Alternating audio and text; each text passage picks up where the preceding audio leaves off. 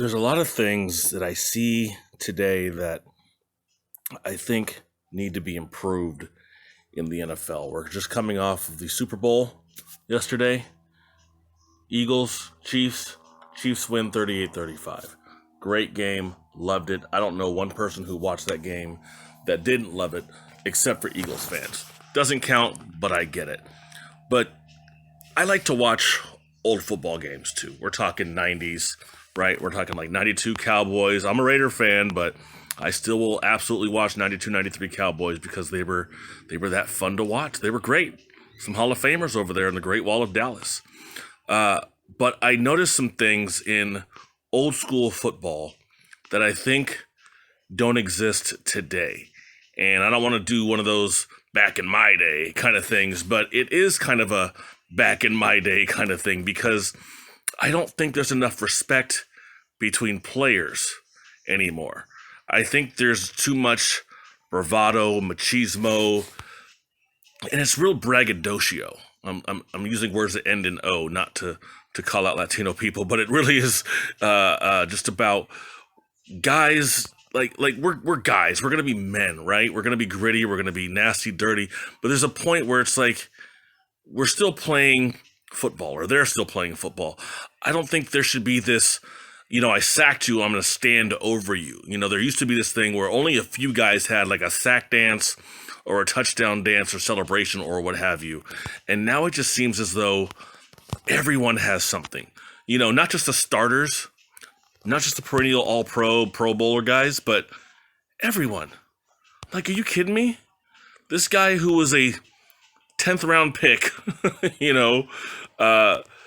has a sack dance. Why? I mean, I get being happy for what you've accomplished. I get that. I'm not mad at that. But there's a point where it's like, okay, you're doing too much and you're taking away from your team accomplishment collectively, which is to win, whether it's a game or Super Bowl or playoff game, whatever, or to win your spot. But creating a dance for yourself and celebrating and overdoing it, to me, that's like you're drawing negative attention to yourself. And I don't like that players do that.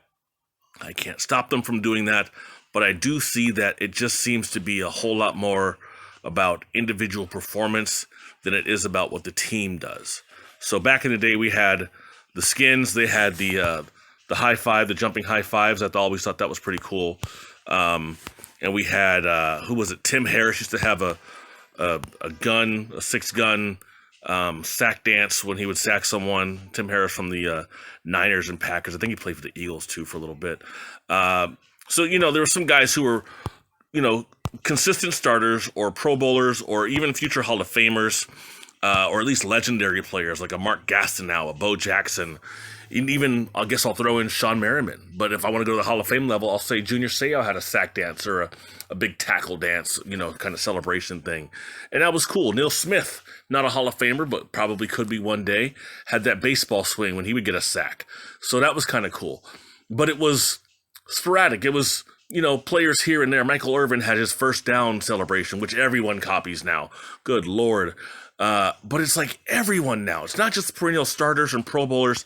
Now we're talking about guys who you've never heard of, trying to make a name for themselves. And I kind of get it, why you should, but I think it also contributes to the culture in the NFL that says, I'm all about me. Even if the overall goal is to get a victory, a dub, it's all about me and my accomplishments. And I think that's a bad idea because I'm looking at these old games from the 90s, and even I'll go back to Gerald McCoy from like the late 2010, I think, maybe. There was what was that, the NFL Top 100, and he was on the list one year. And I remember seeing a highlight of him, which wasn't a highlight of him doing anything other than picking up another player that he had tackled or had fallen down on a play. The opposing player, not his teammate, an opposing player. And I thought that's highly respectable, and I like that, and I appreciate that. And that, to me, is a rarity in today's NFL, where I don't see that at all anymore. I think Gerald McCoy's out of the league because he's old, or too old to be in the league or whatever. But I've seen old games where guys like, what was it? It was the Vikings. It was Warren Moon throwing a pass to like Chris Carter, and I forget who they were playing, but someone made a tackle or knocked Chris Carter down. And for me, the highlight of that play was the fact that the opposing player went over to Chris Carter. And this is like when Warren Moon was there. This is like 94, 95. Goes over to Chris Carter and helps him up. That's it. Wasn't a big like, yeah, in your face. Yeah, I got you all day. Like all that kind of stuff. Like, no. It's just I got you. I'm going to help you up. And I think we used to have more respect in the NFL between player to player, whether it was, like I said, starters, all pros, Pro Bowlers, etc., than we do today. And I think if there's a way to combat that, it has to be done at a deeper level in the NFL. And I don't want to make it sound like I'm picking on the NFL, but I am going to say that if we want players on the field to behave better, then we're going to have to hold them accountable when they're off the field. Now, off the field, no one's really seeing that, right? Unless we're talking a Ray Rice video, that's way different because we did see that, right? That was a very viral, horrible thing that happened.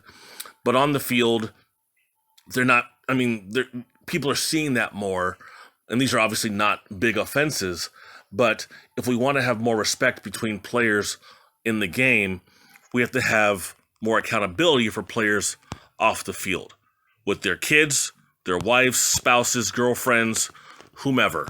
Drug issues, alcohol issues, spousal abuse, beating children, all these kind of things. These are not caught on film typically with these players. Sometimes they are, but typically not, especially, the further back you go in the, early 2000s, 90s, 80s, and obviously further back than that.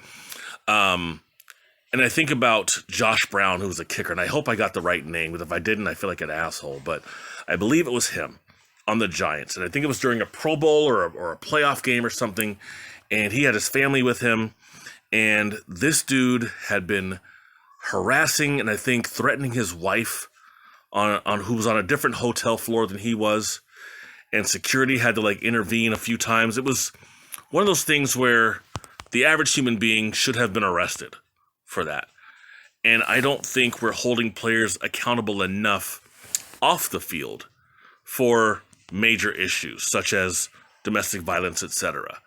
I think a situation like that, if it were the average person, right, they would have been arrested. But it's an NFL player, so, it's good for the brand if people aren't getting in trouble in public and all that kind of stuff. There have been players who have beaten their girlfriends or beating their wives, and obviously Adrian Peterson got in trouble for hitting his kid with a switch, leaving welts. That is considered child abuse, whether you grew up in the 50s and 60s or grew up in the 2000s. That is considered child abuse, so you can't do that. But I don't think when it comes to major stuff, I think Dante Stallworth committed vehicular manslaughter after drunk driving and killing somebody. Damn, he was allowed to play in the league again. Michael Vick killed all those dogs, and I'm a dog person. I love dogs. I love animals, and I know that the world, or at least the United States, really loves animals as well. And so when you go and or be responsible for a dogfighting circuit on one of your properties or whatever, and there are dead dogs there, and there's evidence or claims that you've been there, or witnesses or whatever, that you've been there and did these things and saw this, and you're not completely away from it, you were actually actively involved, it's going to hold a different taste in people's mouth. They're going to be really upset about that. But he served his time and then came back to the league and played again. Situation like Ray Rice, where now you beat up your wife or fiance at the time, and they eventually got married. I hope all's good with them.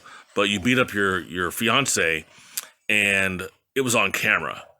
And we got to see that. Where if we would have seen Michael Vick killing those dogs, I don't think he would have been back in the league.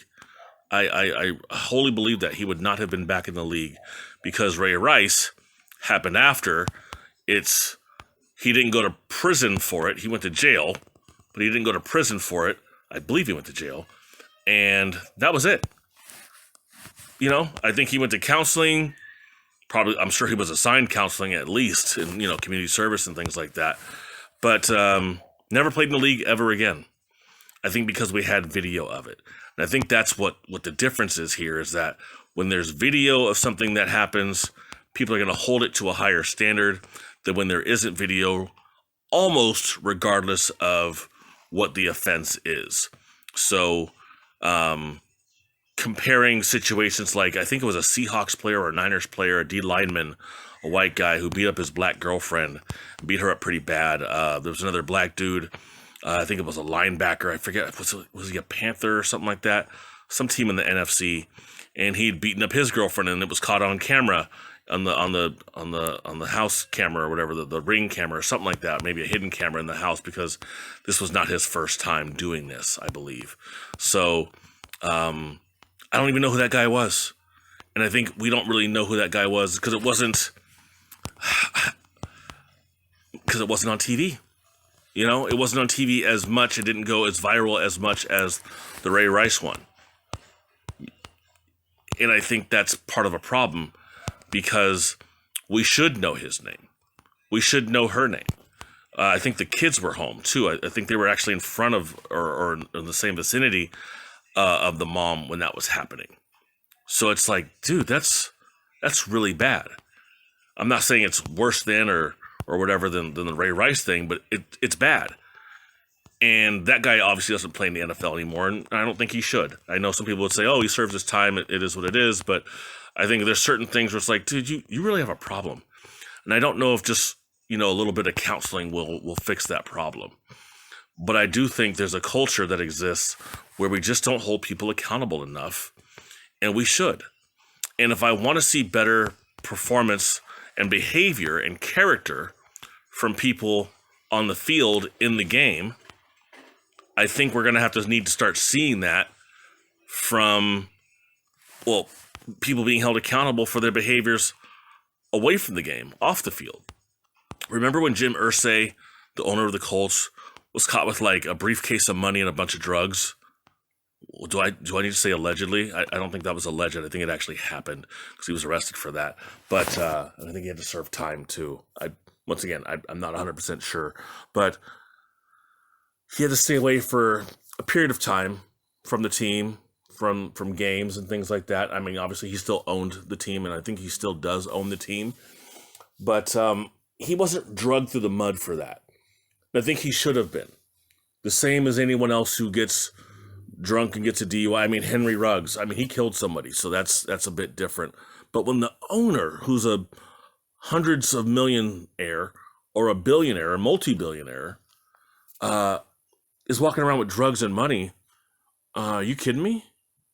I don't mean like he had Tylenol he just bought from Vons, or just had like $20, or whatever. I mean, I'm sure a billionaire doesn't walk around with just $20 in his pocket. But when you have that, how do you really hold them accountable? And if you're not going to, how does that affect the league going forward and the players and other owners? Because now I'm thinking, if they don't really care that much if the owner does it, then why would it matter too much if a player does it or does something worse, but it's not on camera? It's not a viral video. It's not, in front of millions of people on TV, right? The Super Bowl gets tons of ratings. The NFL gets tons of ratings every year between September to mid-February. Tons of ratings every year. Probably number one behind World Cup, which is only every 4 years. I think the only thing that would be comparable in sports would be if the Dodgers and the Yankees were to play a Super 7 series for the World Series, or if the Lakers, led by LeBron, would play against the Knicks, or I don't know, maybe Boston or something like that in a Game 7, in a 7-game series for the NBA championship. Other than that, it's the NFL. A Monday Night Raw is going to get one here or there. Survivor, all these other shows, they're going to get ratings here and there. But like consistently with no cancellation, it's the NFL.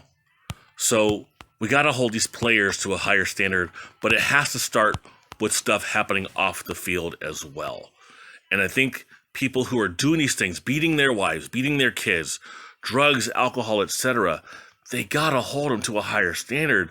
I think they need to be drugged through the mud. People can say, oh, they just need help. And in some certain situations, yeah, it's like, oh, bro, you need to kind of pull back a little bit. But with the Henry Ruggs thing, that was horrible. He killed somebody. It wasn't like he was going 65 and, was a little tipsy. I mean, a little tipsy versus, hammered, that's two different things. but it's still illegal. But he was going like 100 something in a residential. Jesus.